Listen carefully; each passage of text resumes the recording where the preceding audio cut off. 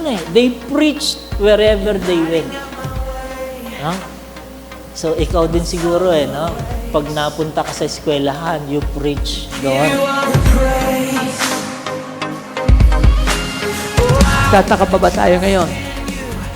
Ano yung ating ginagawa? Kung tayo nananalig kay Jesus Christ, gagawin natin yung kanyang ginawa.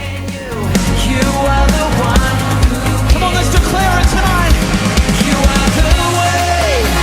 Jesus, you're the only. When He gives you the desire, you receive the power to do what pleases Him. When you have set your desires, then comes power. Nais ng Diyos magtitiwala ka at nagawa mo na ang pasya mo na gagawin mo kung ano man ay pagagawa sa iyo ng Lord. Tapos na ang pasya mo. Believe in you. Let's go, let's go.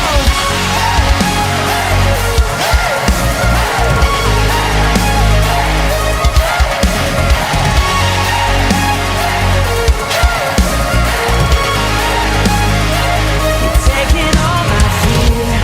Never put any limit in yourself.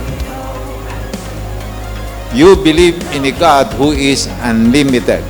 Kung sa Caterpillar game, pwedeng ganon. Sa Vision pa kaya? Diba? Kaluluwa, tao, anak, next generation, bansa ang at stake. You are the one. Come on, Philippines, let's go. You are the Nakikita na po namin.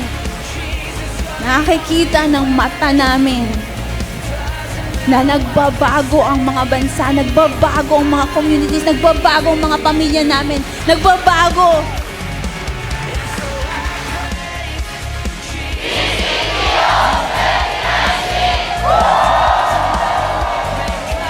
with me. I believe in you. I'm holding on. I keep believing. No matter what, I keep on singing. Whoa.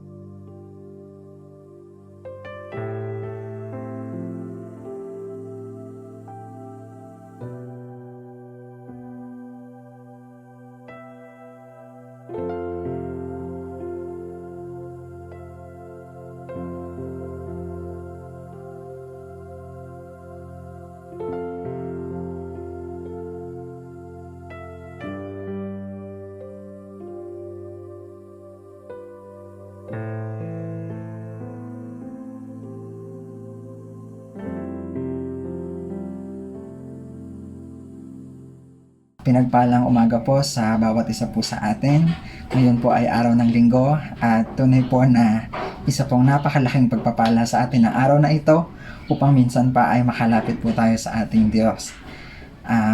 Minsan pa po, pwede po nating batiin ng magandang umaga yung ating pong mga kasama sa bahay, mga kamag-anak, at yung ating pong mga kaibigan. Good morning po sa atin pong lahat. Ngayon po, kunin po natin yung ating pong mga Bible.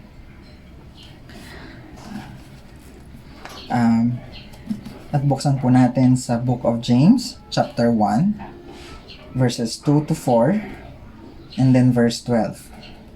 Babasahin ko po sa New Living Translation. Sa James chapter 1, verses 2 hanggang 4, and then verse 12. Sa verse 2 po, Dear brothers and sisters, when troubles come your way, consider it an opportunity for great joy. For you know that when your faith is tested, your endurance has a chance to grow. So let it grow. For when your endurance is fully developed, you will be perfect and complete, needing nothing. So verse 12, God blesses those who patiently endure testing and temptation. Afterward, they will receive the crown of life that God has promised to those who love Him.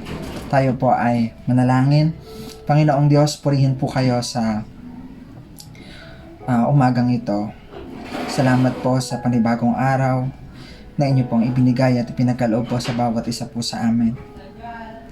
Tunay po na ang bagong araw na ito ay isa pong napakalaking pagpapala na po sa amin. Ang kaakibat po nito ay bagong pag-asa, bagong kalakasan, at bagong simula para po sa bawat isa po sa amin. Lord, salamat po na sa kahit ganitong paraan, maaari pa rin kami makapagsama-sama sa amin pong pagsamba. Salamat po, Panginoon, sa mga ginagamit mo, Panginoon, na tool at instrumento, Panginoon, para maipagpatuloy po namin ang gawaing pagsamba. Tunay po na isa itong napakalaking pagpapala po sa amin.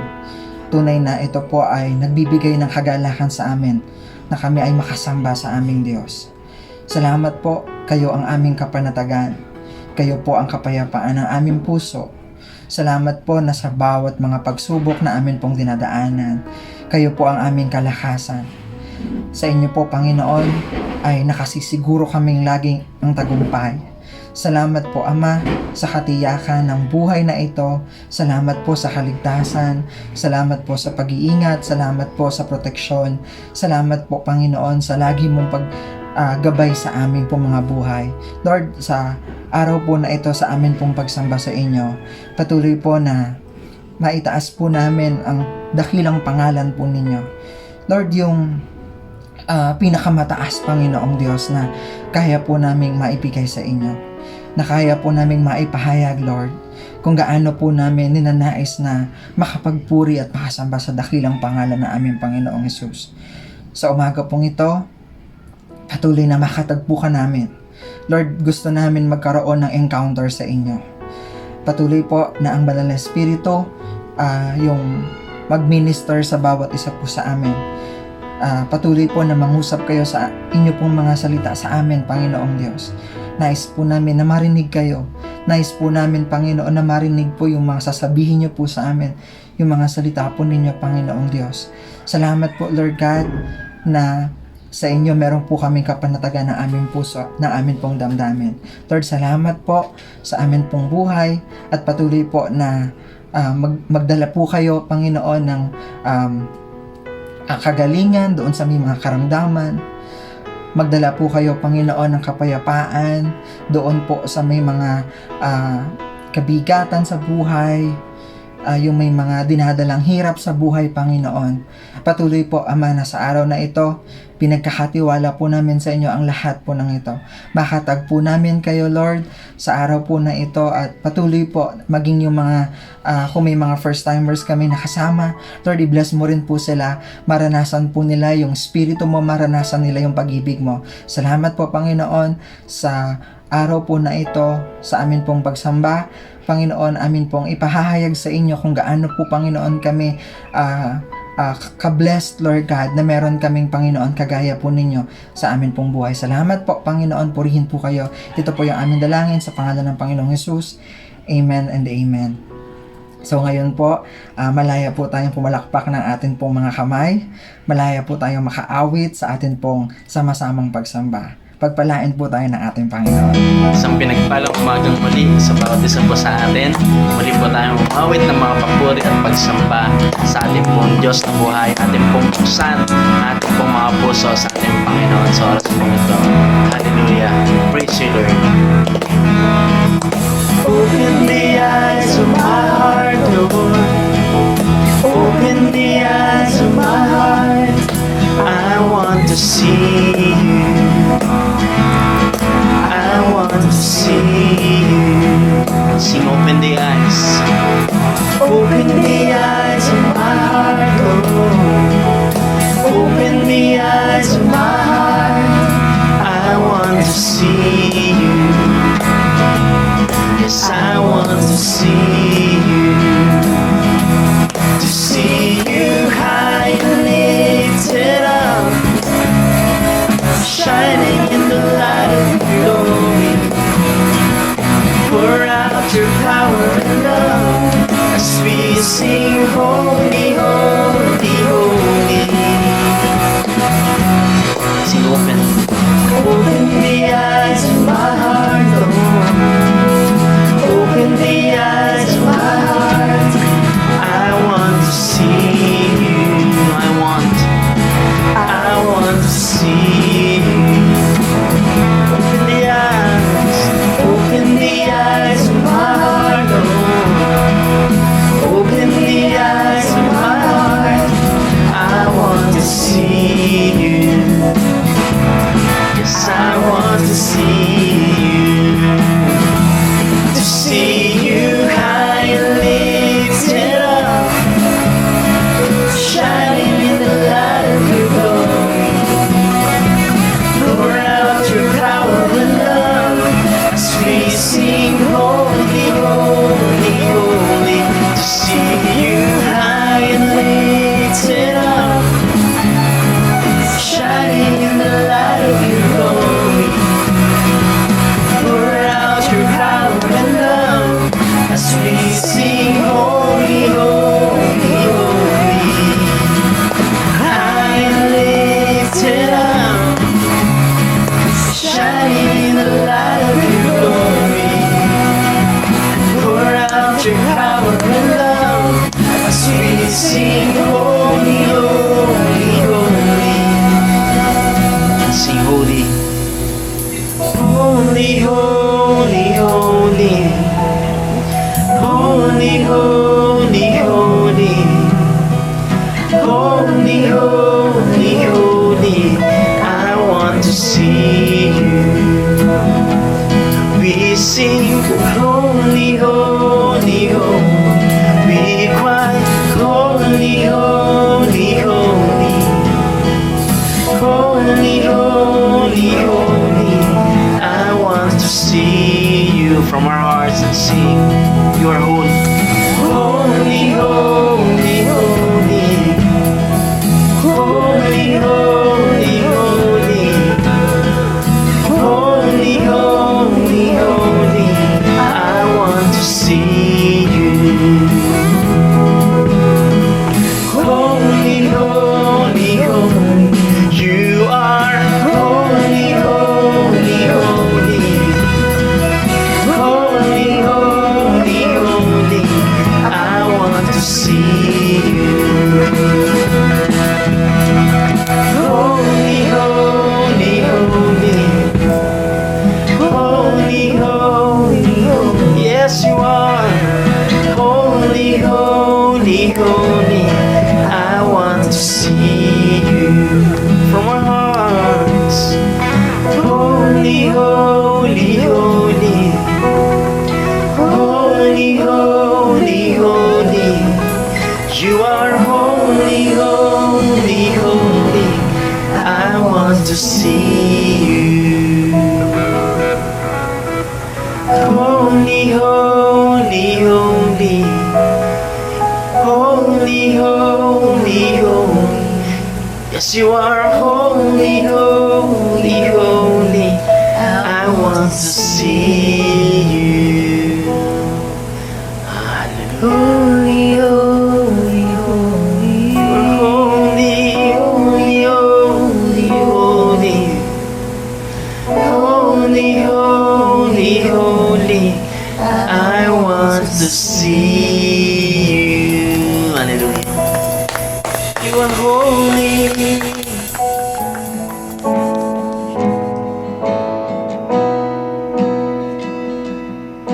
Yes, Lord, we worship you, Father God. We thank you for the cross. We thank you for your blood. Thank you, Jesus, for saving us, for redeeming us, for giving us. We worship you. Sing. Oh Lord, you search me. You know my way. Even when I fail, I know you love me. Your holy presence surrounding me. In every season, I know you love me. You love me. At the cross I found where your blood was shed for me. There's no greater love than this. You have overcome the grave. Your glory fills the highest place. What can separate me now?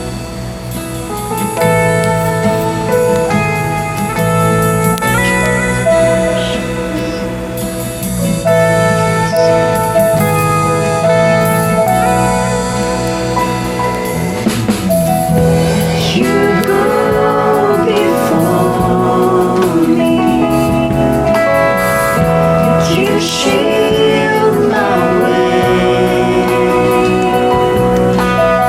And your hand upholds me.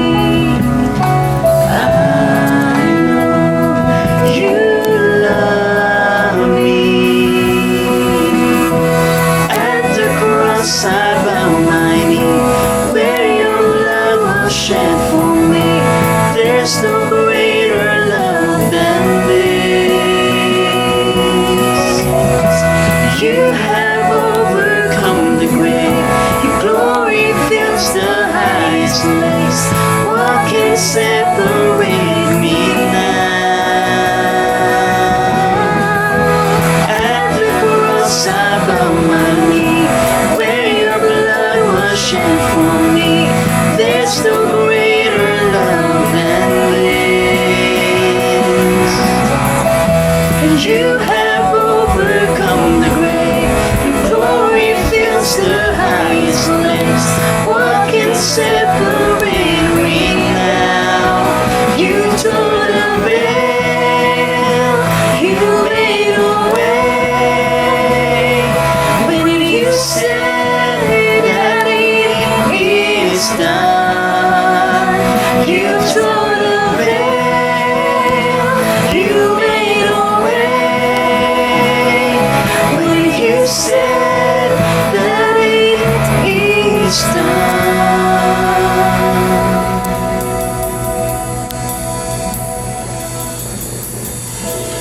Let the earth quakes, comes from my eyes.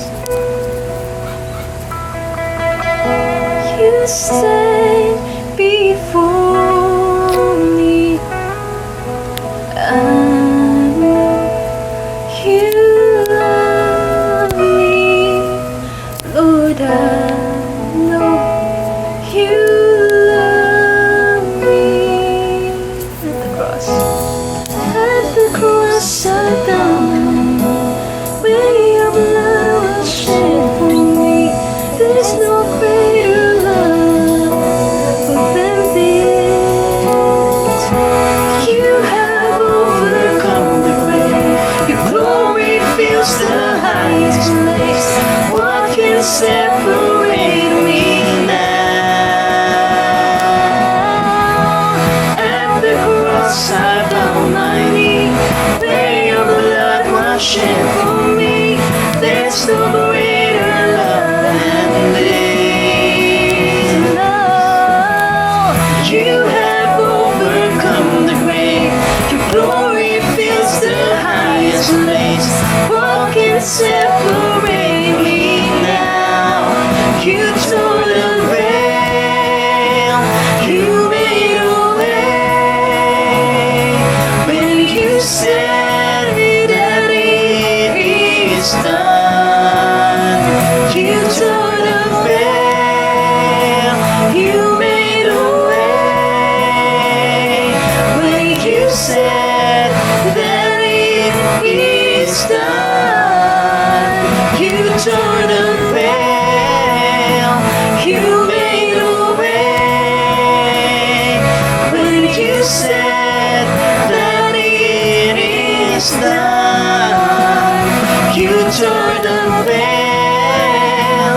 You made a way when you said that it is done.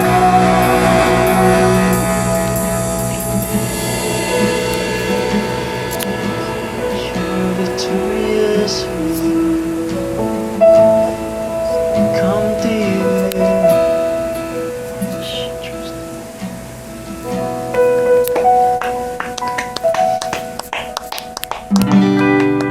Yes, O God, tunay mo walang ibang katulad mo.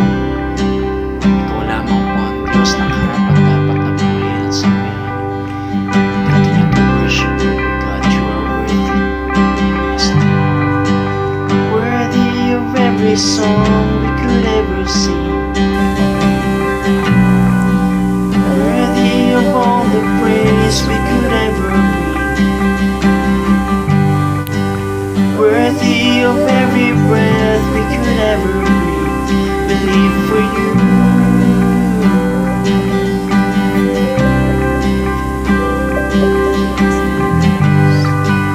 Jesus, the name above every other name.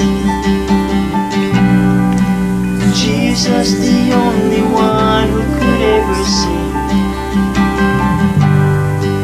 Worthy of every breath we could ever breathe. We live for you. Oh, we live for you. Holy, there is no one like you. There is none beside you. Open up my eyes in wonder. Show me who you are and fill me with your heart and lead me in your love to those around me. Yes, oh Lord, so worthy, worthy of every song we could ever sing. Worthy of all the praise we could ever bring. Worthy of every breath we could ever breathe. We live for you. Oh Jesus, we live for you. Jesus, the name above every other name. Jesus, the only one who could ever sing. Worthy of every breath we could ever breathe. We live for you. Oh, we sing holy you are. Holy, there is no one like you. There is none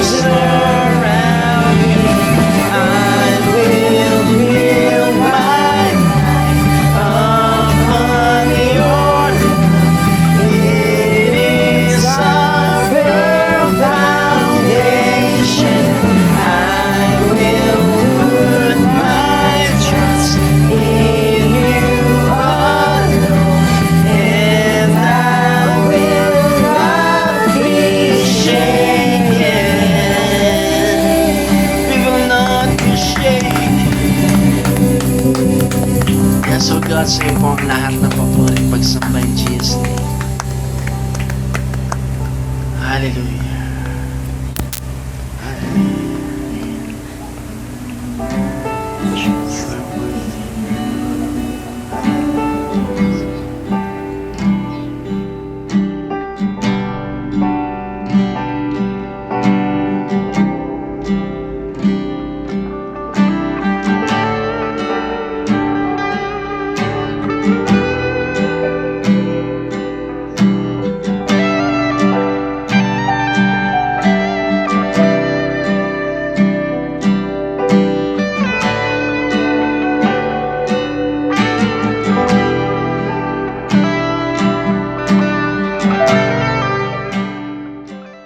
Magandang araw sa ating lahat, araw ulit ng linggo, araw ng ating pagsamba sa Diyos.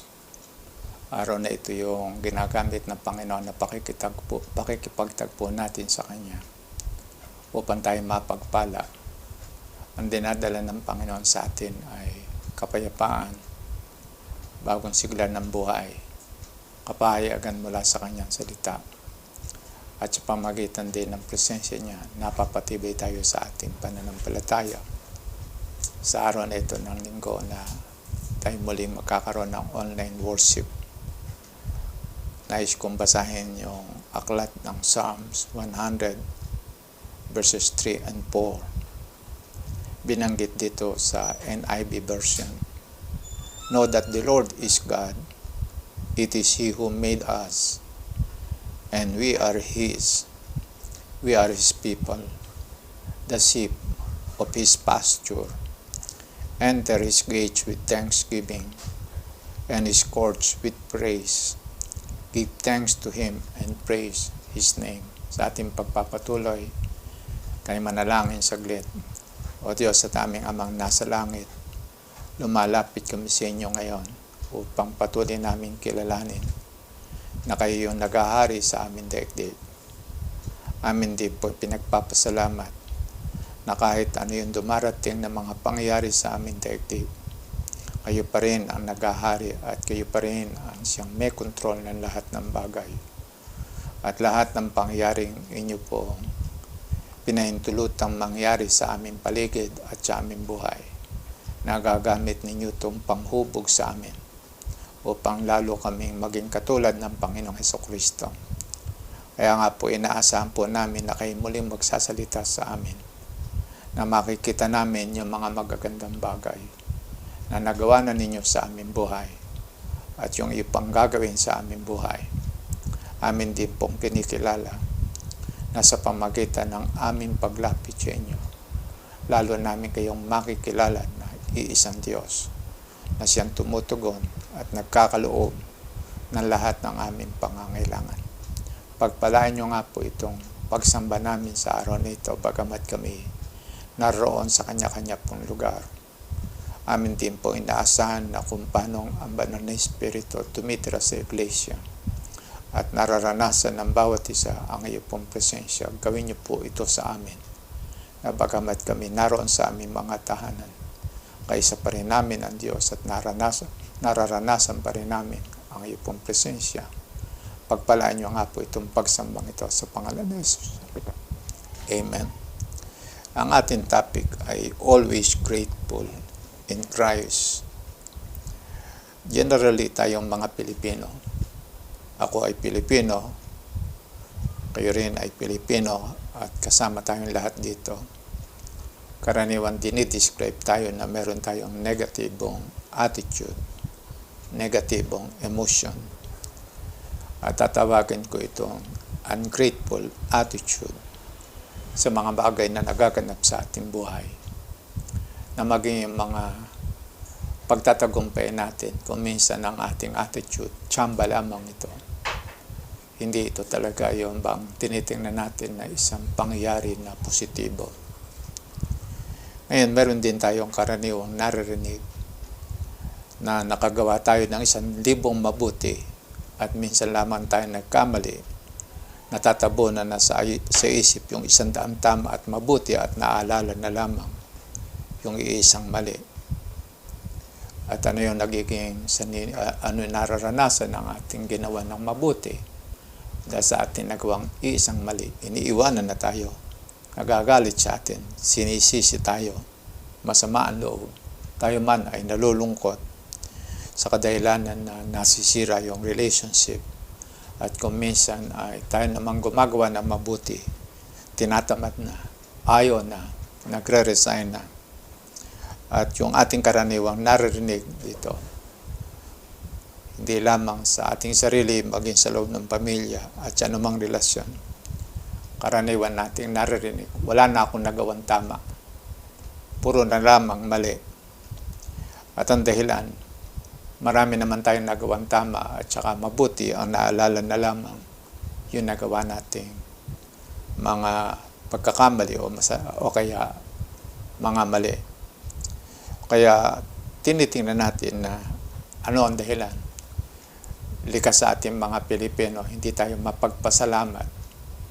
Pero meron namang talagang mga Pilipino rin na positibo ang attitude at tatawagin ko rin itong grateful attitude.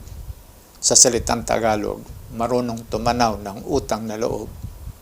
Naalala yung mga nagawang mabuti sa nakaraan na kahit na meron nagawang mabuti sa pangkasalukuyan, naalala pa rin yung nagawang mabuti sa nakaraan at nagpapatuloy na tumatano na utang na loob at nagpapasalamat doon sa nagawang mabuti. Kaya lamang, pagka tinignan natin generally sa ating mga tao, meron akong nabasa, ang sabi, in positive psychology research, gratitude is strongly and consistently associated with greater happiness. Ang sabi, ang pagpapasalamat ay isang malakas at palagi ang nakaugnay doon sa mas masaya o kaya mas maligayang bagay. Ngayon, ang gratitude ay tinutulungan tayong mga tao. Una, nakakadama tayo ng positibong emosyon at tinatalo nito yung negatibong isipan, negatibong emosyon at negatibong pagsasalita. At tayo nagpapahayag ng ating labi ng positibo. Kaya lamang meron niyang prinsipyo doon sa scripture na nais kong itatag na rin sa pagkakataong ito. Bakit mahalaga na lagi tayo nagpapasalamat? Sapagkat binanggit sa Proverbs 18:21 sa NIV version. The tongue has the power of life and death. Ang sabi, yung dila natin ang magpapasya tungkol doon sa buhay at saka sa kamatayan.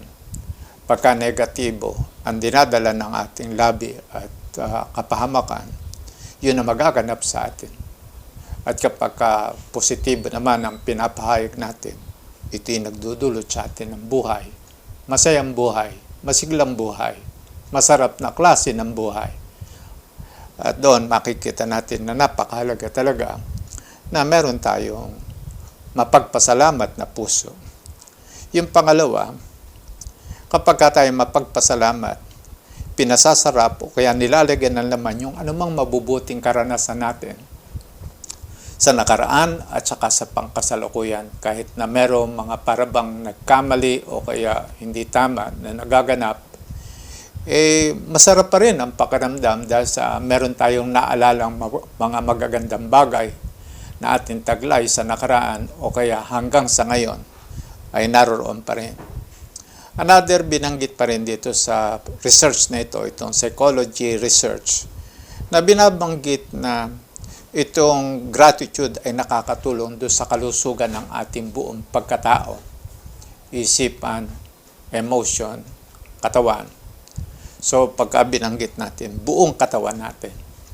And remember, na ang ating bibig ay speaker of the house ng ating buong pagkatao. Na kung ano pinapahayag ng ating labi, yun ang itinatatag sa buong pagkatao natin. Kumikilos ang bawat cell ng ating katawan ayon sa sinasabi ng ating labi. At pagka sinasabi ng ating labi, galit tayo, naninisi tayo, buong pagkatao natin, yun na nararamdaman. At ito ay nagdudulot sa atin ng negatibong kalalagayan.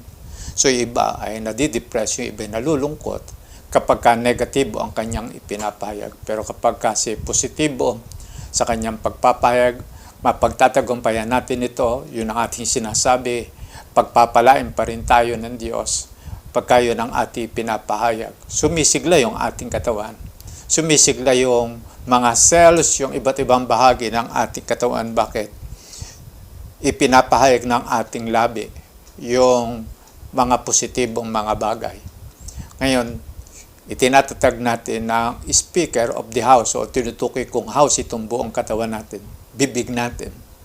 Kung ano yung sinasabi niyan, susunod yung buo nating katawan. Another, itong pagiging mapagpasalamat. Tumutulong ito upang maharap natin na positibo at may lakas yung anumang kabalintunaan o kaya yung mga adversities na dumarating sa ating buhay. Yung mga pangit na dumaraan sa ating buhay. Nakikita pa rin natin ang ganda ng buhay. Para bang titingin ka ron sa isang puno ng rosas. Iba nakikita tinik. Pero yung iba naman ang nakikita ay yung ganda ng bulaklak. At doon natin makikita na isang puno lamang yung tinitingnan. Yung iba nakikita tinik. Iba naman ay nakikita yung ganda ng bulaklak na rosas. So ganun din ang pagtingin natin sa buhay. Ano tinitingnan natin? Tinik ba o yung ganda ng bulaklak ng ating buhay?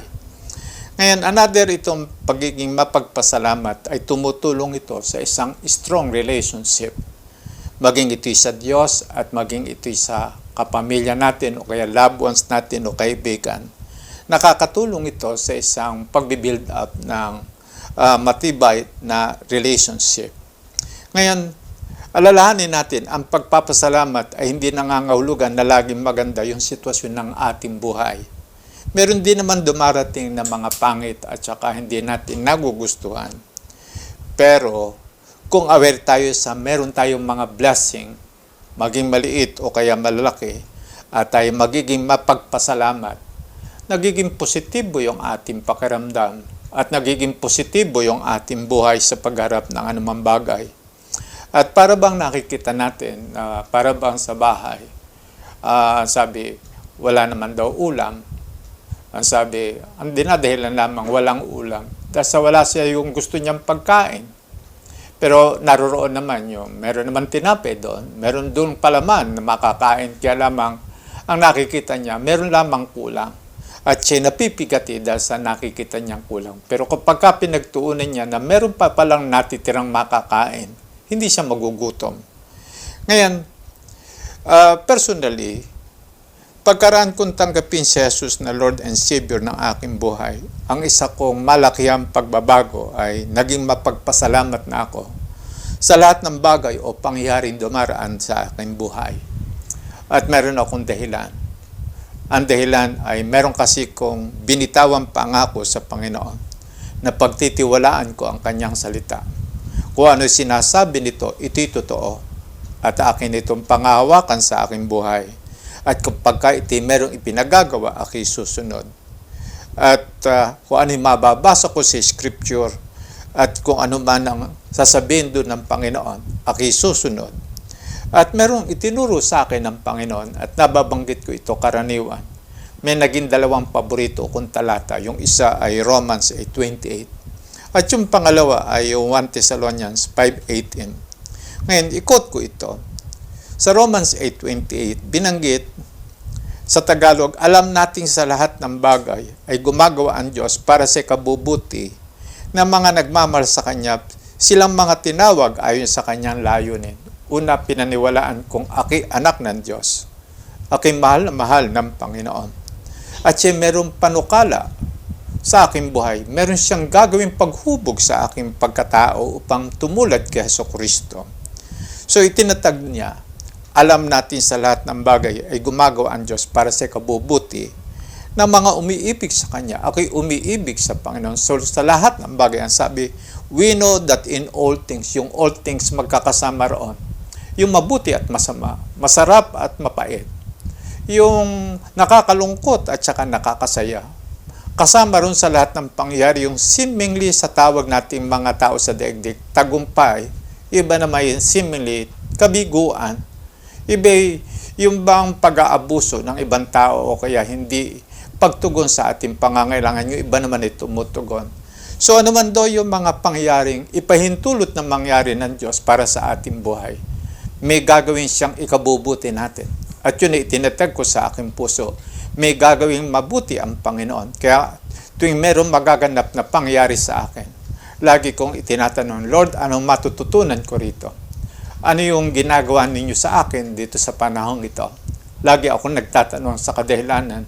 Pinaniniwalaan kong may dahilan ang Diyos bakit ipinaranas sa akin. Yung ganun bagay, ako'y inusig, ako'y nilapastangan, pinagwikaan ako ng masakit. Yung iba naman ay pumuri, iba naman ay nagsabi ng mga magagandang bagay. So ano man yung babanggitin, alam kong gagamitin ito ng Diyos sa aking ikabubuti. At dahil sa ako'y nagtitiwala sa Panginoon, idinagdag ng Panginoon yung 1 Thessalonians 5:18 na binabanggit sa Tagalog, at magpasalamat kayo sa Diyos sa lahat ng pagkakataon, sapagkat ito yung kalooban ng Diyos para sa inyo, sa inyong pakikipag-isa kay Kristo Jesus.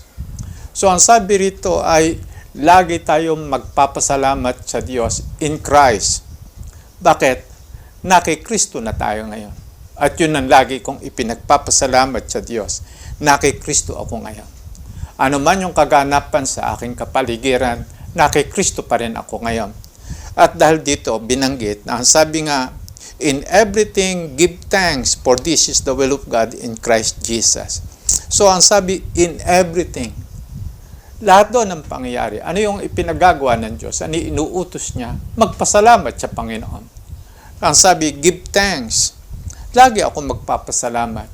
So yung isang taong nananalig sa Panginoon, tinuturuan siya ng Panginoon na lagi siyang mapagpasalamat. Magkaroon siya ng grateful heart. At binabanggit na lagi siyang magpapasalamat.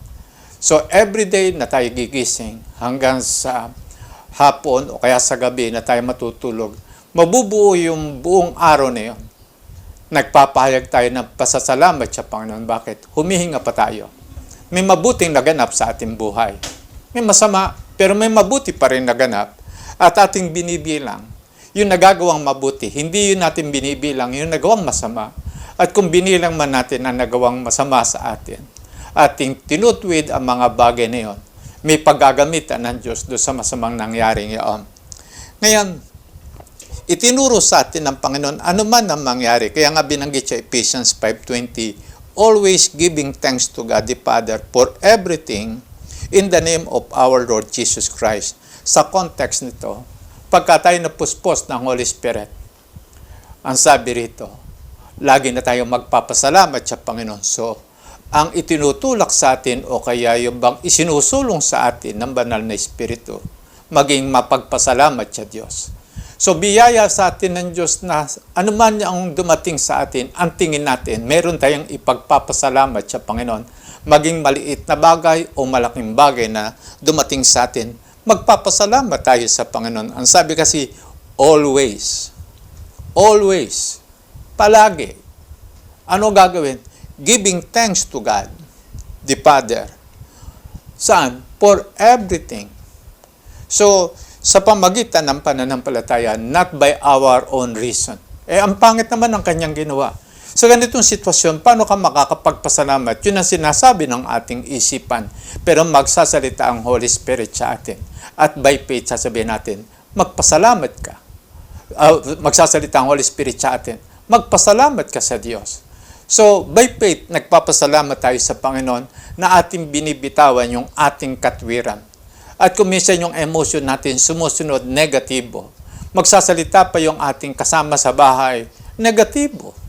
At kung minsan nag-aakusa pa doon sa mga pangyari at nagsisimula na tayong manisi. Kabaliktaran ng pagpapasalamat yung salitang paninisi sa ibang tao. Bakit mo sinisisi? Ang dahilan kasi puro mali. Pero kapag nakita natin na meron naman palang dinadala itong mabuti sa atin, ating sasabihin, thank you dahil sa ginawa mo, ay napabuti ako. Marami tayong kasaysayan na masasabi na kapag tayo nagtiwala sa Panginoon at ating pinagtiwalaan ng Diyos, ikabubuti natin ito. Naalala ko tuloy yung binanggit kong illustration noong hindi ko na matandaan kung alung taon dito sa US naganap na merong yung isang kumpanya ron nagsara. Hindi pala nagsara, nagbawas ng trabahador. At doon, 2 Christian ipinatawag sa kumpanya na doon sa doon sa ng tagapamahala. At dalawa silang Christian. At kasama sila ron sa tinanggal. At yung isa naghihinakit. At ang sabi niya, ang tagal kong naghirap dito. Tagal kong nagtapat sa trabaho. Ang dami kong naitulong sa kumpanyang ito. Ito pa yung igaganti. Yun ang kanyang binanggit. At siya nagiinit at saka galit na galit siya sa kumpanya. At kanyang tinawagan yung kanyang wife. At kanyang binanggit yung kanyang nararamdaman. At yung wife din, naging negative din ang emotion at nagagalit din. At sila frustrated. At yung isa naman, ang sabi nung isa namang Christian nung ipatawag doon sa HR, doon sa tagapamahala, ang nasabi na lamang niya, praise the Lord, thank you Lord. Kaparaanan mo ito. Meron kang nilalayon sa aking buhay. Salamat din na aking nakapagtrabaho sa kumpanyang ito. Marami kong natutunan. Ang sabi niya, marami kong natutunan, marami kong naranasan. Marami kong nagawa na sa kumpanyang ito, itutuloy ko ito. And then, tinawagan niya yung kanyang wife at binanggit niya, praise the Lord. Glory to God. Nagbawas ng trabahador yung kumpanya, kasama ako, pero praise the Lord, may gagawing mabuti ang Panginoon. At silang pareho binigyan ng separation pay. At yung isang negatibo ay yung isa itong believer, pero nawala na siya ng loob sa Panginoon. Iniwanan na niya yung kanyang katapatan sa Diyos. And then later, dahil sa kanyang negatibong emotion, sa kanyang frustration, naghanap siya ng trabaho, hindi siya natanggap kaagad. At doon, ay nagsimula na siyang uminom. And then dahil sa siya umuwi na ng lasing, nag-aaway na silang mag-asawa. And later, yung mag-asawa nag-divorce, naghiwalay. At yung lalaki naging palaboy. Isang dating believer na dahil sa hindi niya nakita yung mabubuting bagay, ay yung napasama ang kanyang kinabukasan at ang kanyang destiny. Yung isa namang Christian na nagpapasalamat, silang mag-asawa nag-pray for wisdom. At sila nagtayo ng kumpanya. At nagsimulang maliit at ang ginamit na puhunan yung kanilang separation pay. And then after 5 years, bumalik sila doon sa kumpanya. At kinausap nila yung vice president doon. Nakakilala rin nila at kanilang binanggit, Sir, marami pong salamat. Isinama niyo kami doon sa mga taong inalis. At dahil doon sa pagkakaalis na yon, binigyan niyo kami ng separation pay, itinayo namin ng business.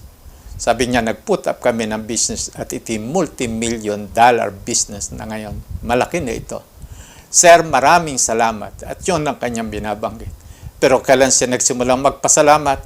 The very day na siya tinanggal sa trabaho, nagsimula na siyang magpasalamat sa Diyos at naitatag ng Panginoon yung layunin sa kanyang buhay. At siya nanatiling tapat sa church, naglingkod sa Panginoon, nagdadala ng tao doon sa Kingdom of God at kanilang pinatututuhanan. Laging mabuti ang Diyos. So, tinitingnan natin yung pagpapasalamat ay napakahalagang bagay.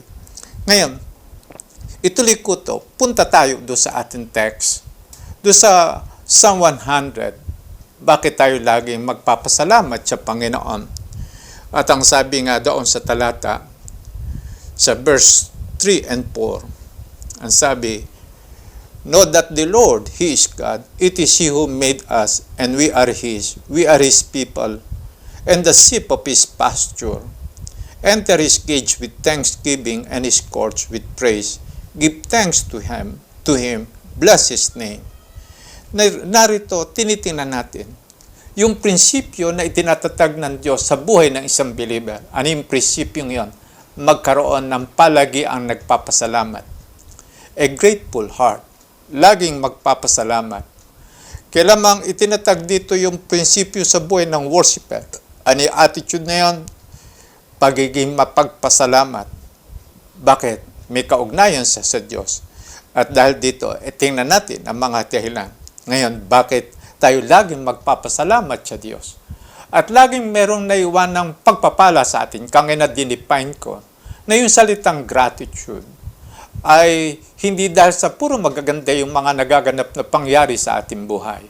Kaya lamang sa panahon na anuman ang dumating, nabibilang natin yung mga magagandang bagay na ipinagkaloob sa atin ng Diyos. Nabibilang pa rin natin at naalala yung mga pagpapalang ipinagkaloob sa atin ng Panginoon. At katulad sa prayer meeting binanggit ko, yung mga ginawa sa atin ng Panginoon, puro merong eternal value. Eternal value. Hindi ito pwedeng mawala na sa atin. At dahil sa ito, hindi nawawala kahit ano yung dumating na pangyayari sa ating buhay. Naroroon pa rin ito. Christian pa rin tayo. Nananatili pa rin tayo sa Panginoong Hesukristo. Ngayon, ito yung mga dahilan bakit tayo dapat palagi ang magpapasalamat at magpupuri sa Diyos. Ano man ang mangyari sa ating buhay. Magpupuri tayo sa Panginoon, magpapasalamat tayo sa Diyos, not only on Sunday. Not only the time na tayo mayroong prayer meeting. Hindi sa panahon lamang na tayo nagpe-pray, kahit na tayo naglalakbay, atin lamang habang tayo nasa sasakyan, praise the Lord sa sasakyang ito. Habang tayo naroon sa isang lugar, nagpapasalamat tayo sa nakita natin ng magandang puno. Praise the Lord. Salamat po rito. Nasiyahan ang aking mata dito sa aking nakita. So, tinuturuan tayo ng Panginoon na lagi tayo magpapasalamat. At tiningnan ko, itong Psalm 100 verse 3. Tingnan lang natin yung ilang bagay. And then, gumawa tayo ng mga practical na hakbang. Paano tayo laging magpapasalamat sa Diyos? Una, ang totoong yaman ng ating buhay sa ngayon. Ang totoong yaman ng ating buhay, hindi pera, hindi gamit. Ang totoong yaman ng ating buhay, yung binanggit doon sa Scripture. Know that the Lord, He is God. Nakilala natin ang Diyos. No, nakilala natin yung totoong Panginoon. At yun ang una natin pinagpapasalamat. Yung iba, meron Diyos na hindi totoong Diyos. Merong Panginoon na sinusunod at pinaglilingkuran na inialay ang kanilang buhay pero hindi totoong Panginoon. At ating nakikita sa ngayon, napunta tayo sa isang tunay na Diyos. At ito yung atin talagang unang dahilan kung bakit tayo laging magpapasalamat. Nakilala natin ang Panginoon. At binabanggit dito sa talata, know that the Lord, He is God, yung ating Panginoon, totoong Diyos. Siya yung may-ari ng lahat ng bagay. Siya yung Creator. Siya yung Almighty, All-Knowing. Siya yung noon, ngayon, at hanggang sa darating. Binabanggit, He never changes. Kung siya noon, hanggang ngayon, gayon pa rin. At siya umiibig sa atin. So, nakilala natin na yung ating Diyos ay isang totoong Diyos na meron taglay na katangian. At yung katangian yun, ginagamit niya sa pakikipag-ugnay sa atin. Lahat ng kanyang taglay na katangian ginagamit upang i-relate sa atin ang kanyang pagiging Diyos. Sasabihin natin, siya banal, so ginagawa niya tayong banal. Siya Diyos ng pag-ibig, mahal na mahal tayo ng Panginoon. Pero yung kanyang pagiging Almighty, ginagamit din niya sa paggawa ng himala sa ating buhay. All-knowing, yung gumasa ng perfect plan para sa bawat isa sa atin, magmula nung ating maranasan ng Panginoon. Meron na siyang magandang panukala sa bawat isa sa atin. So, all-knowing. So, yung kanyang lahat na kalikasan, ginagamit sa kanyang pag-ibig sa atin. Yung pangalawa, binanggit doon, ang sabi, and we are His.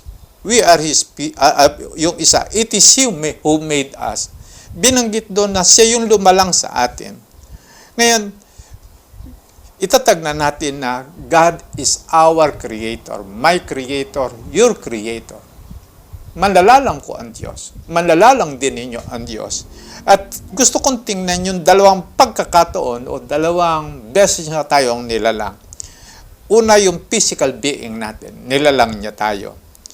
Binanggit doon sa, basahin ko yung Psalm 139, 13 to 15. Basahin ko sa English sa ESV. For you formed my inward parts. You knitted me together in my mother's womb. Praise you, for I am fearfully and wonderfully made. Wonderful are your works. My soul knows it very well. My frame was not hidden from you when I was being made by God in secret, intricately woven in the depths of the earth. Tingnan nyo mabuti yung pagkakadetail. Ang sabi yung kamay ng Diyos ang naghubog sa ating inward parts, yung ating panloob na mga bahagi ng katawan, yung puso natin, yung liver natin, yung pancreas natin, yung bawat himaymay ng ating katawan, na makikita natin talagang yung napakamahimala. Imagine mo, trillion cells ang bumubuo sa ating katawan. Imagine lang natin yung pancreas nag-excrete ng acid every time na tayo kakain. Ano nagtitrigger dito para tayo ay yung bang lumabas ang mga acid do sa ating pancreas? Yung pagkain. Na-imagine natin yung sensor pagkain. Ano layunin? Para lusawin ang mga yon at gagawin sustansya sa ating katawan. At yung sustansyang yun dadalhin ng dugo do sa bawat cell at doon makikita natin napakahimala. At kapag tinignan natin yung pagpapangsyon ng ating katawan, mamamangha tayo. At ito yung ginawa ng Panginoon sa atin. Ang sabi, you knitted me together in my mother's womb. Ang sabi, hinubog tayo. Sino humubog sa atin? Yung Diyos. Saan? Sa mother's womb. Kaya binanggit, I praise you. Pinupuri kita. At ang sabi, for I am fearfully and wonderfully made. Yung salitang fearfully, talagang buong ingat. Ingat na ingat ang Diyos sa paghuhubog sa atin. Ang sabi, ingat na ingat siya. Ang sabi, wonderful are your works. Ano yung wonderful dito? Yung atin mismong pagiging tao. Wonderful yan. My soul knows it very well. Na-imagine ba natin? Yung ating katawang ito, merong kaluluwa. And then, bagamat dahil sa kay Adam at Eve na kasalanan, pati yung ating spiritual part ng ating katauhan. Pero meron tayong soul. Sa soul, naroon yung ating emotion, naroon yung ating intellect, nandun yung ating will.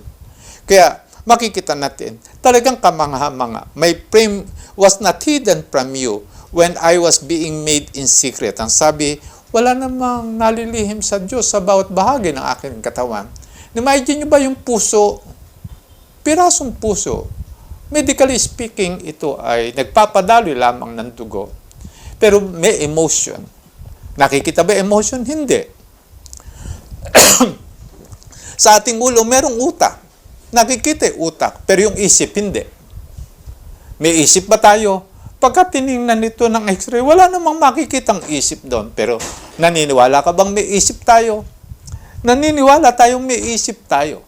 So nakikita natin na talagang nalalaman ng Diyos yung bawat bahagi na meron siyang inilagay dito sa katauhang ito na both yung nakikita at saka yung hindi nakikita. Merong hindi nakikita ng naked eye. Example, yung cells natin, naked eye, hindi ito makikita.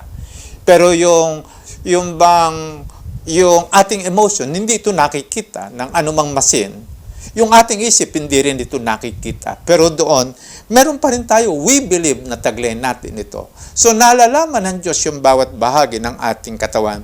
Ngayon, balikan ko ito. Physically, nilalang tayo sa bahay bata ng ating nanay.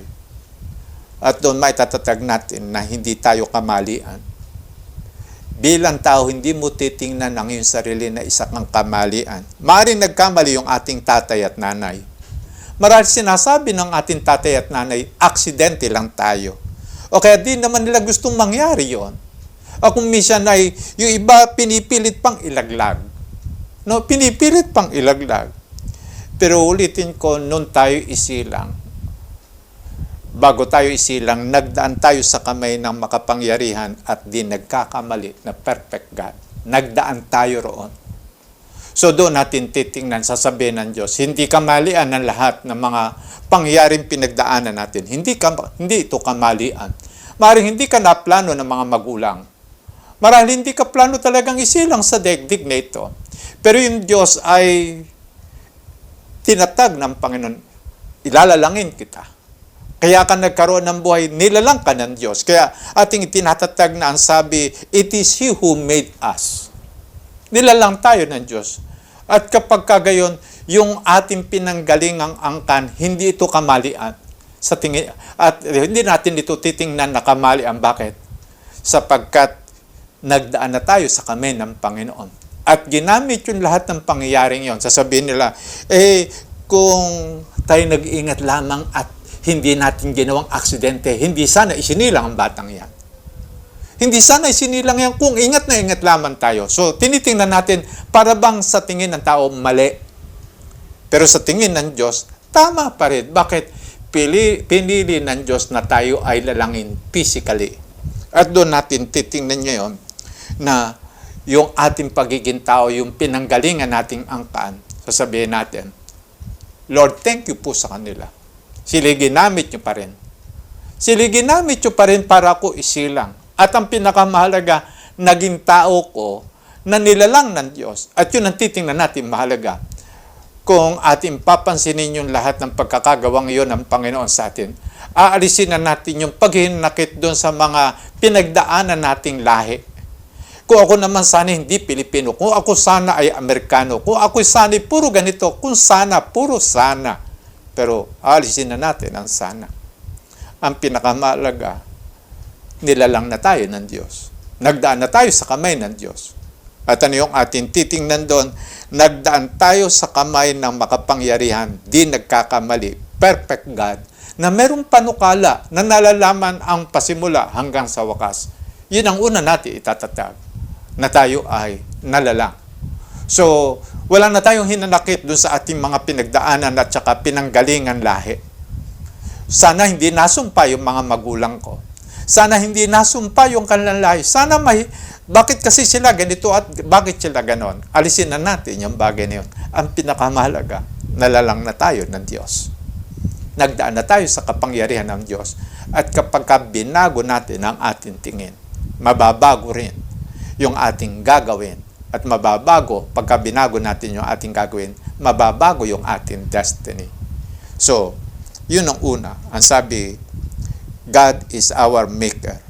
Yung unang creation sa atin, yung ating physical being. Yung second, ay spiritually, nilalang tayo kay Kristo. Ngayon, dahil sa tindi ng pag-ibig ng Diyos sa ating mga tao, no? Ang totoo, nagkaroon tayo ng maraming mali sa ating buhay. Maraming mali. May tama, pero maraming mali. Kaya lamang, hindi lamang maling nagawa, maling isipan, maling katwiran, marapakaraming mali sa ating buhay. Pero mahal na mahal tayo ng Panginoon. At gagamit uli ako ng talata bago ko ipaliwanag ito uli. Ang sabi sa 2 Corinthians 5:17, ang sabi, if anyone is in Christ, he is a new creation. Behold, old things pass away, new things has come. Ngayon, pansinin ninyo na merong binanggit na naganap sa atin dahil sa biyaya ng Diyos, dahil sa kanyang pag-ibig sa atin, dahil sa yung ating puso naghahanap sa Diyos, dahil sa tayo nagnanais na ng pagbabago sa ating buhay. Nagnanais na natin na talagang maiwanan na yung ating mga pamali-maling direksyon ng buhay. Ninanais na natin ang pagbabago at ang Diyos nahapag sa atin. Alam na natin ito. Ngayon, binanggit dito na ating nakilala si Jesus Christ. Ito yung ngayon, nakilala natin ng Diyos. Nakilala natin si Jesus Christ, yung Kristo, yung anak ng Diyos, yung namatay sa krus, at nabuhay na maguli. Nang sinasabi, manalig ka lamang sa Panginoon. Pansinin nyo, manalig ka lang sa Panginoon. Magtiwala ka lang kay Yesu Kristo. Hindi natin pagtitiwalaan yung ating sarili. Hindi yung tao. Hindi samahan ng tao ang ating pagtitiwala. Mananalig tayo sa person ni Jesus Christ. Sa Kanya tayo magtitiwala. At kapag tayo lubusan nagtiwala sa Panginoon, ito na ngayon ang magaganap. Magsisisi tayo sa lahat ng ating pinagdaanan na mali sa ating buhay. Lahat ng ating kasalanan. Yung buhay na nakahiwalay sa Diyos, pinagsisisihan na natin dito ngayon. Nanaisin na natin magkaroon tayo ng pagbabago ng direksyon ng ating buhay. At pansinin ninyo, if anyone is in Christ, he is a new creation. New creation. Spiritually speaking, muling lumalang ang Diyos sa atin ng bagong pagkatao. So ito yung tinitingnan natin ngayon, na hindi na tinitingnan ng Diyos yung lahat ng ating nakaraan, lahat ng ating kasalanan. Ang sabi, behold, old things pass away. Pinalipas natin ng Panginoon. Kung pinalipas na sa isip ng Diyos yung lahat ng bagay sa ating nakaraan, tayo rin, palipasin na rin natin ito. Iniwanan na ng Diyos yung lahat ng bagay sa ating nakaraan. Iwanan na rin natin ito. Huwag na nating alalahanin pa o kaya ating gagamitin pang batayan yung ating pinagdaanan buhay. Ngayon, balikan ko ito, hindi na tinitingnan ng Diyos yung ating nakaraan, kasalanan, yung karumihan natin, pagre-rebelde, mali natin pamumuhay, yung ating paghinanakit, yung sinisira nating buhay, yung marami nating mga kalungkutan, kasamaan ng loob, maraming disgrasya, maraming sabit, maraming atraso, basura yung ating buhay dati. Pero natagpuan tayo ni Kristo. So, nung matagpuan tayo ng Panginoong Jesucristo, makikita na natin na nabago na rin tayo. Pansinin nyo, nangako na tayo sa Panginoon na tatalikuran na natin yung datihan nating buhay. Pinatawad na tayo at makikita na natin bago na tayo ngayon. May bago na tayong kasaysayan. So, ulitin ko, lahat ng mga mali na nagawa na natin, lahat ng kasalanan, lahat ng karumihan, lahat ng kapalpakan, sasabihin natin, may nagawa naman tayong tama. Totoo yun. Pero hindi nyo ba napapansin na naalala lang natin yung mga mali? Yung mabubuti nating mga nagawa sa nakaraan, hindi naman yun nagkakaroon ng bigat sa ating buhay, kundi ang bigat talaga ay yung naroon sa ating kamalian. Gayon ang physical na tao. Pero ulitin ko, yung ating dating kasaysayan ng buhay, binura na yun ng Panginoon. Wala na yun. So, kanina binabanggit ko, hindi kamalian yung ating pinanggalingang magulang. Sa ngayon naman, yung ating lahat ng mga mali ngayon, papalitan na ngayon ng Panginoon ng tama. Lahat ng mga tama. Yung lahat ng pangit nun, papalitan niya ngayon ito ng maganda. At lahat ng bagay na ninanais ng Panginoon sa atin ngayon ay yung bang ikapagpapala na natin. Ngayon, itinatatag na natin ito. Ang sabi, ulitin ko, if anyone is in Christ, he is a new creation. Iti miraculous act of God in Christ. Yung imposible na ganap sa atin. Bagong tao. Ulitin ko, lumang kasaysayan ng buhay. Wala na yon. So sasabihin natin, ang dami kong mali. Ngayon, hindi na mali ang iyong buhay ngayon. Hindi na ngayon kamalian ang iyong buhay ngayon. Bakit? Ginamit pa ng Diyos yung lahat ng sitwasyon ngayon upang tayo sumuko sa Diyos. So, itinama na tayo ng Panginoon. Ngayon, ano yung ating ngayong itatatag? Start a new life. Buhay na mapagpasalamat sa Diyos. Start up a new life. Start up. Simulan mo ulit. Kaya binabanggit ni Pablo, nililimot ko ang lahat ng mga bagay sa nakaraan. Bakit? Ang mahalaga sa Diyos, yung ngayon. Yung gagawin mo ngayon. Kung hindi man ayos yung nakaraan, ayusin mo ngayon. Kung meron ka mang pagpapabaya sa nakaraan, ayusin mo ngayon. Hindi ka na magpapabaya. Nalayo ka ba sa Diyos sa nakaraan? Lumapit ka sa Diyos ngayon. Itatag mo na ngayon. Ang mahalaga sa Panginoon, yung ngayon. Kaya ulitin ko, sabi ni Pablo, nililimot ko ang lahat ng mga bagay sa nakaraan at tinatakbo ko yung takbuhing inilagay ng Diyos sa aking harapan.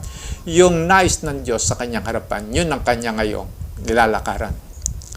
Ngayon, so, yung una, it is He who made us.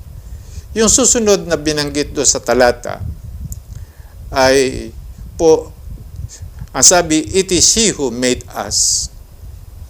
And then, idunugtong, we are His.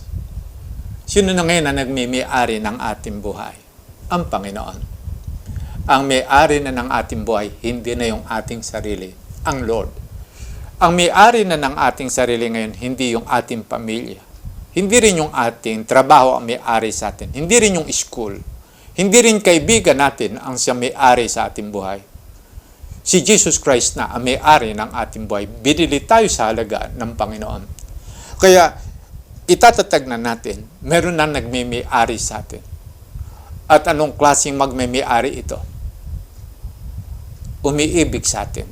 Nagmamalasakit sa atin. Gagawa ng mabuti sa atin. Pagpapalain yung ating buhay. Bibigyan tayo ng tagumpay. Tutugunan tayo sa ating lahat na kailangan. Kasama natin sa ating laban ng buhay. At iba't iba pa. So, ang sabi, we are His. At tayong treasure possession ng Panginoon. Ang sabi, Tayo yung treasured possession ng Panginoon.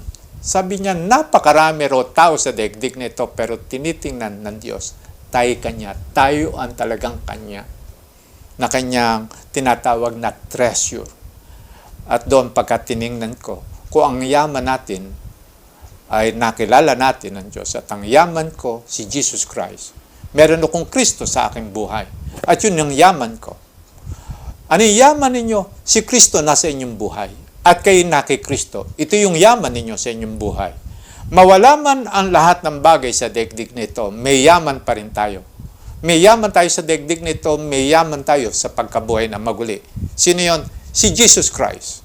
Yaman natin. Kaya lamang, itinatatag din naman ng Diyos, ikaw yung aking yaman. Ako yaman ng Diyos, kayo rin ang yaman ng Diyos. Ingatan natin ang ating buhay. Panatilihin natin itong maayos, matuwid, banal, nagpapakalinis. Bakit? Tayo pag-aari ng Diyos. At binabanggit tayo yung yaman ng Diyos. Para ba yung mga magulang, ang yaman nila mga anak? Bakit? Mahal na mahal nila yung kanilang mga anak. At tinatawag din natin, dahil sa tindi ng pag-ibig ng Diyos sa atin, ang sabi niya, tayo yung kanyang yaman, tayo yung kanyang kagalakan, tayo yung kanyang kasiyahan, tayo yung kanyang karangalan. Kaya nga kapag tinignan natin sa ganitong puntos o tingin, yung pagtingin sa atin ng Diyos, mag-iingat na tayo sa buhay. Iingatan na natin yung ating sarili na madaya tayo ng kasalanan. Hindi na natin babalikan pa yung anumang karumihan na nagdadaan sa ating buhay. Ngayon, yung pangatlong bagay na itatatag dito ay yung pang-apat palang bagay. Yung una, nakilala natin ang Panginoon. Pangalawa, He who created us. Pangatlo, tayo pag-aari ng Diyos. And then, pang-apat, siya yung ating shepherd. Ang sabi ron sa talata, and we are His people, the sheep of His pasture. Doon natin makikita ngayon na ang Panginoon natin ay ating shepherd. Siya yung nagbabantay sa atin. Siya yung tagapag-alaga natin. Imagine mo, nung inaalagaan mo ang sarili mo o yung nung inaalagaan natin yung ating sarili, ang daming mali na nagaganap sa ating buhay. Ang dami nating frustration. Ngayon, naglipat na tayo na nagmay-ari. Yung nakakaalam ng lahat ng bagay. Yung perfect ang paggawa ng mabuti. Yung Panginoon. At binabanggit, sino siya? The Lord. Ano tawag natin sa Kanya? He is our shepherd. Pinili niya tayo para maging sheep of His pasture. Tutugunan niya ang lahat ng ating mga pangangailangan. Aalagaan niya tayo. Babantayan niya tayo. Sa ating paglalakbay sa daigdig nito, babantayan tayo ng Panginoon. Isusustain niya tayo. Kaya nga napakagandang basahin lang natin yung Psalm 23 verses 1 to 6. Doon natin makikita yung gawain ng Panginoon sa atin. Ang sabi, the Lord is my shepherd. I shall not want. Hindi na tayo magiging mapagkailangan pa. He makes me lie down in green pasture. He leads me beside still waters. He restores my soul. He leads me in paths of righteousness for His name's sake. Even though I walk through the valley of the shadow of death, sa panahon ito, para bang may nakaambang kamatayan sa atin. Para bang anytime mahuli ka lamang ng virus, nanganganib na yung ating buhay. Pero ang sabi, even though I walk through the valley of the shadow of death, I will fear no evil, for you are with me.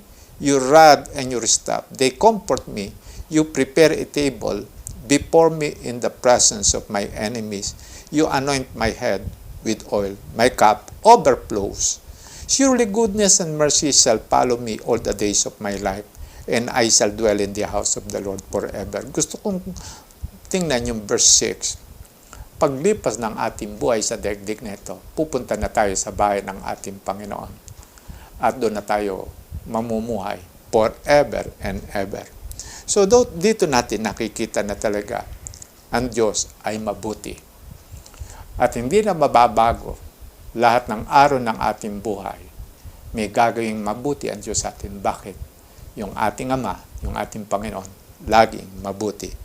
In our conclusion, una nating gagawin sa ating pasasalamat sa Lord. Nakilala natin ng Lord. So pasasalamatan natin ang Diyos na nagpadala ng kanyang bugtong na anak si Jesus Christ. Pasasalamatan natin si Jesus Christ. Inialay niya ang kanyang buhay para tayo ay mapatawad sa kasalanan. Salamat sa Holy Spirit na kasama natin sapagkat siya naggagabay sa atin sa katotohanan. So, sa pasalamatan din natin yung taong ginamit ng Diyos. Sino nag-share sa atin ng gospel? Thank you, Lord, doon sa taong tapat na yon. Ano sasabihin natin? Lord, salamat po sa taong ito na ginamit mo. Sa taong tapat na ito na ipinag-pray ako.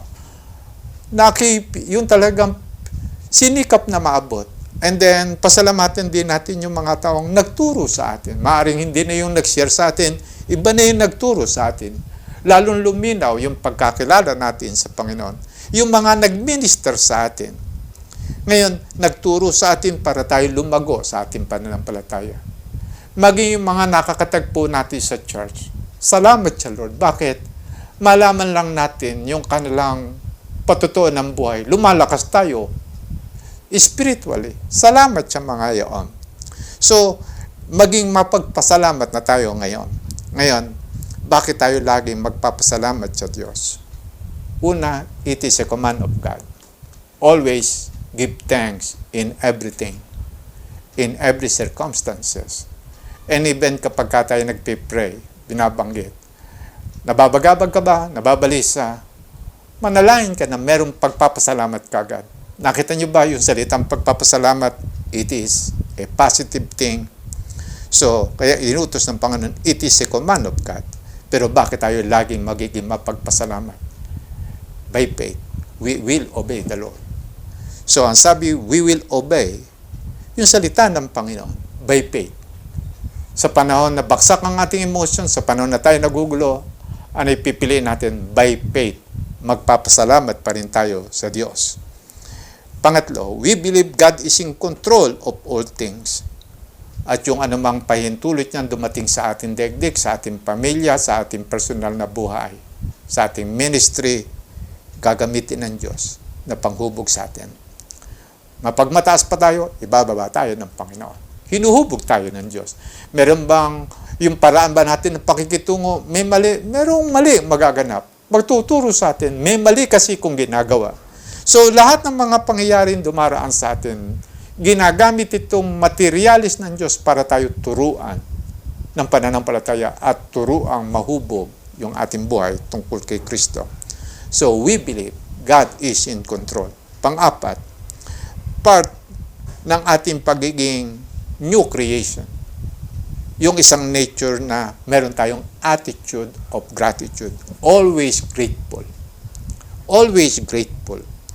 Kasama to sa new creation. Inilagay ito ng Diyos sa atin kung paano inutos niya sa atin, love the Lord our God. Inilagay niya muna ang pag-ibig. And then inutusan niya tayo, always give thanks. Isinama na sa ating new creation yung pagiging mapagpasalamat sa Diyos. Bakit ito yung magtitibay ng ating pagtitiwala sa Panginoon? So, ano man ang mangyari sa atin, ay lagi tayong magpapasalamat sa Panginoon. And then, panglima, itatatag na natin, marami nang nagawang eternal thing ang Lord sa ating buhay. Hindi ito pwedeng mabago ng mga pangyayari sa daigdig nito. Biguin ka man, saktan ka man, pagwikaan ka man, o ano man yung pangyayari, yung nagawa na ng Panginoon sa ating buhay at yung gagawin pa, hindi ito mabubura, hindi ito maialis. Kaya nga, sa pagkakataong ito, lagi natin gagawin ang pagpapasalamat. Bakit kailangan natin magpasalamat? Tutulungan tayo nito. Itinatatag natin yung ating pagtitiwala sa Panginoon na laging may mabuting darating. Ipinapahayag ng ating labi ang alin. Sa panahon na masama, sa panahon na mapagkailangan, may mabuting darating. Remember yung prinsipyo ng Proverbs 18:21. The tongue has the power over life and death. Nasa labi natin yung ipapahayag o kaya gagawin ng Diyos. So, kapag tayo ay nagpapasalamat sa Diyos, itinatatag natin yung pagtitiwala natin. May mabuting darating. At dahil sa sinasabi natin, may mabuting darating. Ano darating? Mabuti. Pero kapag ka nagkasakit ka at ang yun laging sinasabi, mukhang mamamatay na ako, asahan mo na kung ano darating. Asahan mo na. Pag-gagalingin ka ba ng Lord? Of course, alam mo na. Kasi ang sinasabi mo, sasabihin ng Lord, o sige, kung ano yung sinasabi mo, mangyari sa iyo. Pangalawa, tinutulungan tayong ma-activate ang faith para makakilos ang Diyos para sa atin. Pangatlo, mananatili sa atin ang bunga ng Espiritu Santo. Pagka tayo nagpapasalamat, mananatiling yung bunga ng Espiritu dadaloy sa ating buhay. Ano yung daloy ng bunga ng Espiritu? Love, joy, peace, patience, goodness, kindness, faithfulness, meekness, self-control. Makikita natin, nag-ooperate yan. Kung minsan sinasabi nila, example, yung Philippians 4, 6, and 7, pagka nagkaroon tayo ng prayer with thanksgiving, ano ibibigay sa atin? Peace that surpasses understanding. Yung peace of God daw, yung kapayapaan ng Diyos, ilalagay sa atin. Sino yung naglalagay ng peace of God? Bunga ito ng Espiritu Santo. Pang-apat, pagka tayo laging mapagpasalamat, tinutulungan tayong manatili sa ating focus sa Diyos at sa ating vision. Sa vision natin sa Panginoon. Nananatili tayo sa focus. Bakit? Nagpapasalamat tayo. Ano layunin ng problem? Yalis tayo sa focus. Ano layunin ng worry? Alisin tayo sa focus. Pero kapag tayo nagpapasalamat, napo-focus tayo sa Diyos at dun sa pangitain. Panglima, nananatili yung ating passion sa Diyos. Ang sarap mag-worship, ang sarap mag-devotion, ang sarap mag-pray, ang sarap na gawin yung pangitain. Ang sarap ng buhay. Pang-anim, improves quality of our life. Ang sabi, improves quality of life. Bakit? Positibo kasi yung ating isip. Positibo yung ating emotion. Positibo yung ating sinasabi sa ating Panginoon, sa ating kasama sa bahay, sa ating kasama sa cell group. Positibo. At laging binabanggit, thank you, Brad. Thank you, Lord. And then, pang-pito na itatabo yung spirit of worry at saka fear. Pagka tayo mapagpasalamat, ang ating inaanyayahan, presensya ng Lord. At ano itinataboy? Spirit of worry and fear. Ngayon, naglagay ako rito ng ilang note. Pag hindi tayo nagpapasalamat sa Diyos, naiwawala natin yung tiwala sa Panginoon. Pangalawa, nawawala sa atin yung joy of salvation or joy of the Lord. Bakit? Pambihira naman. Tapat naman ako naglilingkod sa Panginoon. Bakit ito nangyari? Instead na magpasalamat, nakikita natin na tayo para bang pinabayaan at naiwawala natin yung ating kagalakan. Pangatlo, nasisira yung relationship natin sa Diyos. At kapag hindi tayo mapagpasalamat, pati relationship natin sa ating kapwa, nasisira. Pangapat, nagko-complain na tayo at nagiging bitter. Nagkakaroon na tayo negative emotion, negative expression ng labi. Panglima, nagsasabit na tayo doon sa Satan deception. Inilalayo na tayo sa Diyos. Inilalayo na tayo sa mga taong nananalig sa Panginoon. At ang dahilan lamang, hindi tayo nagpapasalamat sa ating altar call ngayon. Magpasya tayo na lagi tayong magpapasalamat sa Lord sa mga taong nakapaligid sa atin, sa mga pangyayari. Ulitin ko yung karaniwang po naririnig, walang masamang tinapay na ipapakain sa atin ng Diyos. Ang tingin lang natin, ang pait naman. Ulitin ko, ang ampalaya, pagka ipinakakain sa atin ang ampalaya, sabi natin, ang pait naman, pero ang sasabihin ng Lord, masustansya yan. Masustansya yan. So, sa Panginoon, uulitin ko, ano tingin natin, walang masamang tinapay na ipapakain sa atin ng Panginoon. Maaring mapait, tulad ng ampalaya, pero masustansya yan. Masustansya yan. At dahil sa masustansya, praise the Lord. Thank you, Lord. Pangalawa, gagawin natin yung pananalangin natin na may pasasalamat. Una sa Lord, and then, ipagpasalamat natin yung nag-share ng gospel, yung nagturo sa atin ng Word of God, yung cell leader natin, yung tribe leader natin, mga pastor. Yung pangatlo, sabihin din natin sa Panginoon, salamat sa ating mga kapamilya, yung ating tatay, nanay, lolo, lola, kung ano man yung kanilang pinagdaanan, pagpasalamat natin. Kapatid, pinsan, salamat natin sa Panginoon. And then yung mga kaibigan. Pero bago tayo manalangin, pagkaraan ng prayer natin, ito yung ating gagawin. Literally, magpasalamat tayo sa ating mga kasama, sa church, sa bahay. Sabihin natin, thank you. Maaaring iti verbal. Kung ito hindi natin nakikita, mag-text naman tayo, thank you. Magpadala tayo ng note, thank you. At kung meron man nagawang mali, meron naman nagawang tama, praise the Lord. So sa pagkakataong ito, ulitin ko, itatag na natin tayo magpapasyang, laging magpapasalamat. Tayo magduko ng ulo. Ano yung gagawin natin? Ipapasyan natin, tatanggapin na natin yung spirit na laging magpapasalamat. Always grateful. At ang dahilan, we are in Christ. Let's begin in prayer.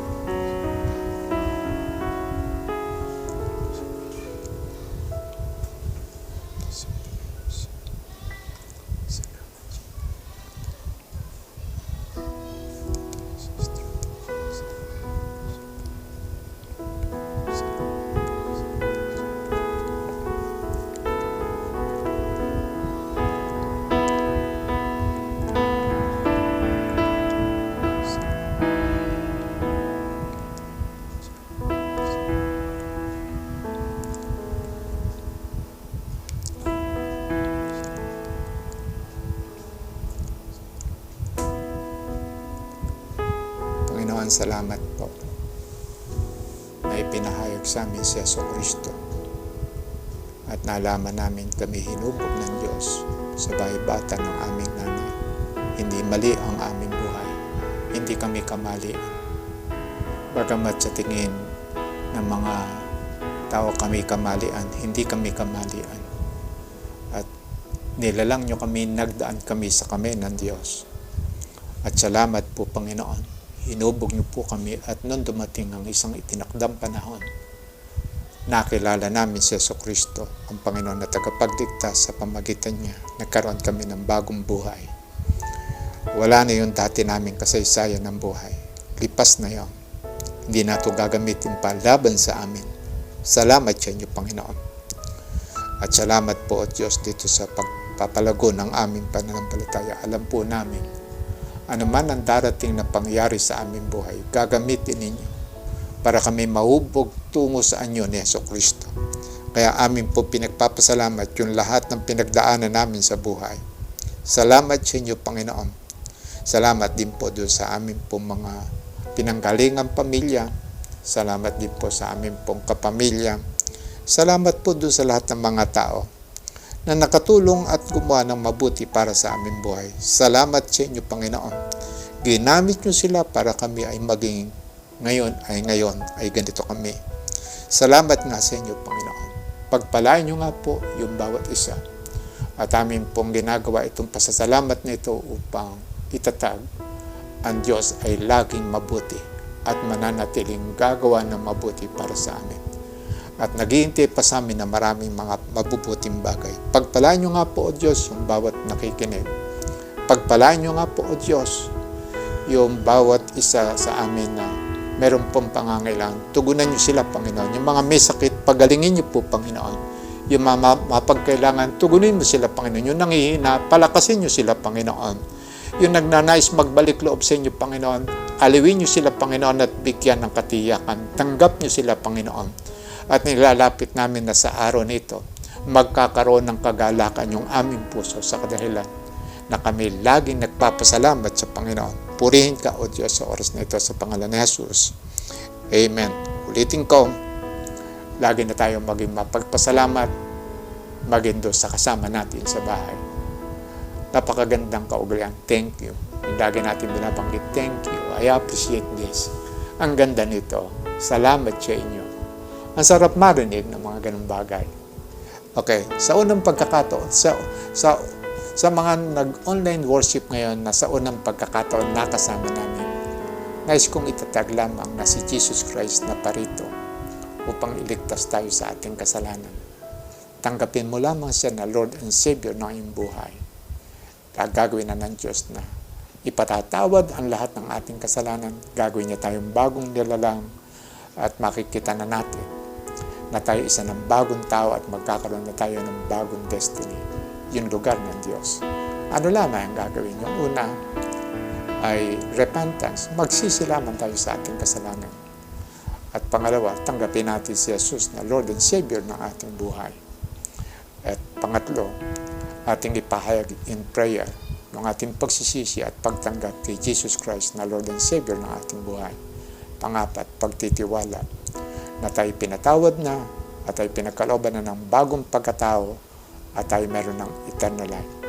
Pwede bang sumunod ka sa prayer na ito? Sumunod ka sa prayer. Panginoon, sumunod ka sa prayer. Panginoon, kinikilala ko po na ako isang taong makasalanan at ako po ay nagsisisi na ngayon. Tatalikuran ko na po ang lahat ng aking nagawang kasalanan. Susunod na po ako sa inyo. Tinatanggap po na si Jesus na maging Panginoon, tagapagligtas na aking buhay. Panginoong Jesus, pumasok po kayo sa aking puso. Mula ngayon kayo na po ang masusunod sa lahat ng araw ng aking buhay. At sa oras ting ito, akin na pong ipinagpapasalamat, ipinatawad na ang lahat kong kasalanan. Ipinanganak na ako ng Diyos, ako'y anak na ng Diyos. At kung ako man ay aalis sa daigdig nito, ako'y pupunta ng langit. Salamat sa inyo, Panginoon, sa pangalan ni Jesus. Amen. Okay. So, nagsimula kang manalig sa Panginoon. Magsisimula ka ng bagong buhay sa Panginoon. Ano lamang ang gagawin? Una, sabihin mo sa iyong kapwa na tinanggap mo na si Kristo na Lord and Savior ng iyong buhay. Yun ang una. Kahit kangino, kahit kasambahay, kahit kangino, ipahayag natin na tinanggap na natin si Kristo na Lord and Savior ng ating buhay. Pangalawa, ay magbasa tayo ng Bible. Paturo tayo doon sa alam natin na nakakaalam na ng salita ng Diyos. Paturo tayo paano tayo magbabasa ng Bible. Pangatlo, magpaturo tayo mag-pray sa pangalan ni Jesus. Pang-apat, sumali tayo sa online worship na ito. Makakatulong ito sa paglago natin sa pananampalataya. And then yung pang-lima, sumali tayo sa mga nag-aaral ng salita ng Diyos. At kapag ginawa natin ito, maglalago tayo, titibay tayo sa ating pananampalataya. Pagpalain ka ng Lord. At sa ating lahat, pagpalain tayong lahat ng Panginoon. God bless you all.